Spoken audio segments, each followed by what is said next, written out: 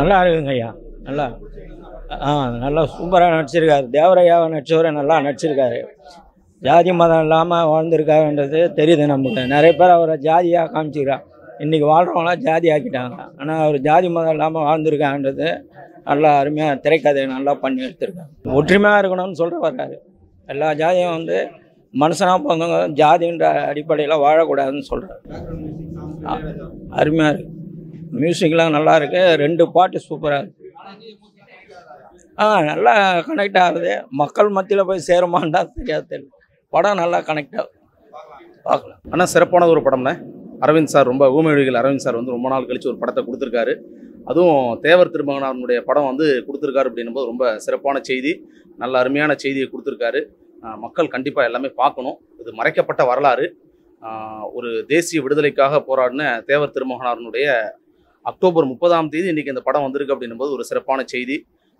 அந்த படத்தை எதிர்பார்த்து வந்தோம். அதே மாதிரி இந்த என்ன சூழ்நிலை இருந்தோ அதை நம்ம பார்த்தோம். தேவர் திருமகனாரை நேரடியாக பார்க்குற மாதிரி ஏறக்குறைய ஒரு 60 ஆண்டுகள் ஆனாலும் கூட இன்றைக்கி திருமகனார் நேராக பார்க்கறதுக்கான ஒரு வாய்ப்பு கிடைச்சிது. அதை உருவாக்கி கொடுத்துருக்காரு.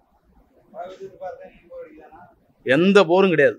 பாட்டெலாம் இசைஞானி இளையராஜாவினுடைய பாட்டு தெறிக்க விட்டுருக்கார். பாட்டை ஒரு சிறப்பான பாட்டு, ஆன்மீக ரீதியாகவும் இருக்குது, தேசிய விடுதலை சம்பந்தமான பாட்டுக்கெல்லாம் இருக்குது.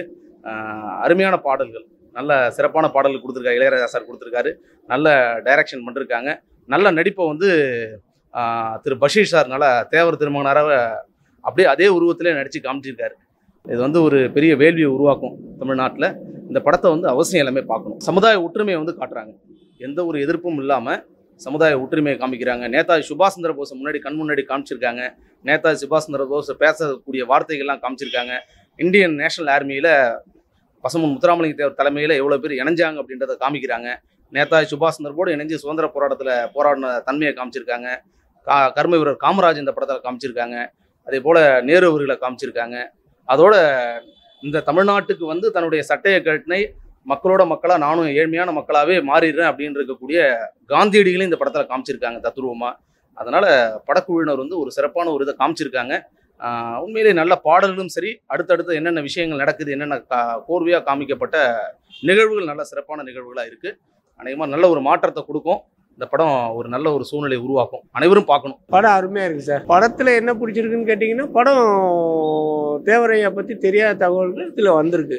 அதனால் எனக்கு புதுசான தகவல் தெரிஞ்சிருக்கிறது பிடிச்சிருக்கு. மற்றபடி தேவர் ஒரு உருவமாக நம்ம ஃபோட்டோவில் என்ன பார்த்தோமோ அதுவே படத்தில் வர மாதிரியே இருக்குது. அந்த அளவுக்கு அந்த நடிகர் செட் ஆகிட்டார். எப்படி சூஸ் பண்ணி போட்டாங்கன்னு தெரியல. ஹீரோவுக்கு அருமையான ஆளை கொண்டாந்து போட்டுருக்காங்க. அருமையாக இருக்குது. நேதாஜியாக நடித்தவரும் அருமையாக நடிச்சிருக்காரு. கிட்டத்தட்ட நேதாஜியும் நிற்கிறமா 2 செலெக்ஷனுமே எனக்கு ரொம்ப பிடிச்சிருந்தது. அதாவது நேதாஜியை நேதாஜி மாதிரியே இருக்கிறாரு, தேவர் மாதிரியே இருக்கார் ஹீரோ. கொஞ்சம் கூட ஒரு மேக்கப் போட்ட மாதிரி அந்த அட்ஜஸ்ட்மெண்ட் பண்ண மாதிரிலாம் இல்லை. அருமையான செலெக்ஷன் 2மே. அப்புறம் இசையை பற்றி நம்ம ஒன்றும் சொல்ல தேவையில்லை. இளையராஜா சார் எப்படி பண்ணுவார்னு உங்களுக்கு தெரியும். அவர் ஒரு பாட்டு நல்ல பாட்டு ஒன்று பாடியிருக்காரு. ராஜா சாரே பாடியிருக்காங்க. அருமையாக இருக்குது. படம் நல்லா இருக்குது. படம் கொஞ்சம் அந்த கோர்ட்டு சீனரி வரும்போது லைட்டாக டல்லு ஆகிற மாதிரி இருந்தது தவிர படம் நல்லா தான் போயிட்டு. ஒரு தடவை பார்க்கலாம் சார். குடும்பத்தோடு உட்காந்து ஒரு தடவை பார்க்கலாம். ஒரு தேசிய தலைவர், நல்ல ஒரு பெரிய தலைவராக இருந்தவங்கள ஒரு ஜாதி கட்சிக்குள்ளார கொண்டு வந்த அரசியலை இவங்க தெளிவாக வெளிப்படுத்தியிருக்காங்க. அது எனக்கு புரியுது. நான் தேவர் கிடையாது, நான் அந்த கம்யூனிட்டி சப்போர்ட்டு கிடையாது, எதிர்ப்பும் கிடையாது. எல்லா ஜாதிகளும் ஒன்றா பார்க்கக்கூடியவங்க. ஒரு சில நேரங்களில் அரசியல் பண்ணி சிலரை மறைச்சி வச்சுருப்பாங்க இல்லையா, அது இந்த படத்தில் நமக்கு தெளிவாக தெரிய வருது. எப்படியோ இருட்டடிப்பு பண்ணியிருக்காங்க அப்படின்றது இப்போ இந்த படம் பார்த்தோன்னே நமக்கு தெளிவாக புரியுது.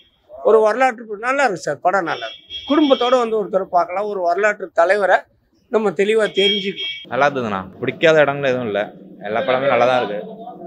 அவரோட உண்மையான வாழ்க்கை வரலாறு தான் எடுத்திருக்காரு. டைரக்டருக்கு மிக்க நன்றி. அவர் ஒரு ஜாதிய தலைவர் இல்லை, தேசிய தலைவர் அப்படிங்கிறதான் படத்தோட கான்செப்ட். எல்லாமே ஜாதிய தலைவர் தான் சொல்லிட்டு இருக்காங்க. அவர் ஜாதிய தலைவர் கிடையாது, தேசிய தலைவர். என்ன சொல்கிறதுனா, குற்றப்பரம்பரைன்ற ஒரு இதை படைச்சு கற்றப்பரம்பரைன்னு உருவாக்கி கொடுத்துருக்காரு. அவ்வளோதான். படம் நல்லா இருக்கு. இல்லை போர் அடிக்கிற இடம்லாம் இல்லை, நல்லா இருக்கு. ஓகே தான், எல்லாமே ஓகே தான் சார். பார்க்கலாம். படம் நல்லா இருக்கு. படம் எப்படி இருந்துச்சுன்னா, நீங்கள் கமர்ஷியல் சினிமா பார்க்குற மாதிரி பார்க்க முடியாது, ஒரு ஹிஸ்ட்ரி படமாக பார்க்கலாம். அதாவது ஒருத்தரை பற்றி தெரிஞ்சுக்கணும், இவர் இப்படி தான் இருந்தார், இவர் இதை தான் பண்ணார் அப்படின்னு நம்ம தெரிஞ்சுக்கணும். ஒரு ஜாதி தலைவராக பார்க்காம ஒரு தலைவராக பார்க்கணும், அவ்வளோதான். என்ன பார்த்தாலும் ஒரு தலைவராக பார்க்கணுன்னா இந்த படத்தை பார்க்கலாம். நம்ம ஒரு ஜாதி தலைவராக நினைக்காம ஒரு தலைவராக பார்க்கணுன்னா இந்த மூவி வந்து பார்க்கலாம். அதெல்லாம் எல்லாமே நல்லா இருக்குண்ணா. ரொம்ப இப்போ வர மாதிரிலாம் நம்ம பார்க்கக்கூடாது. ஓகே, எல்லாமே நல்லா இருக்கு.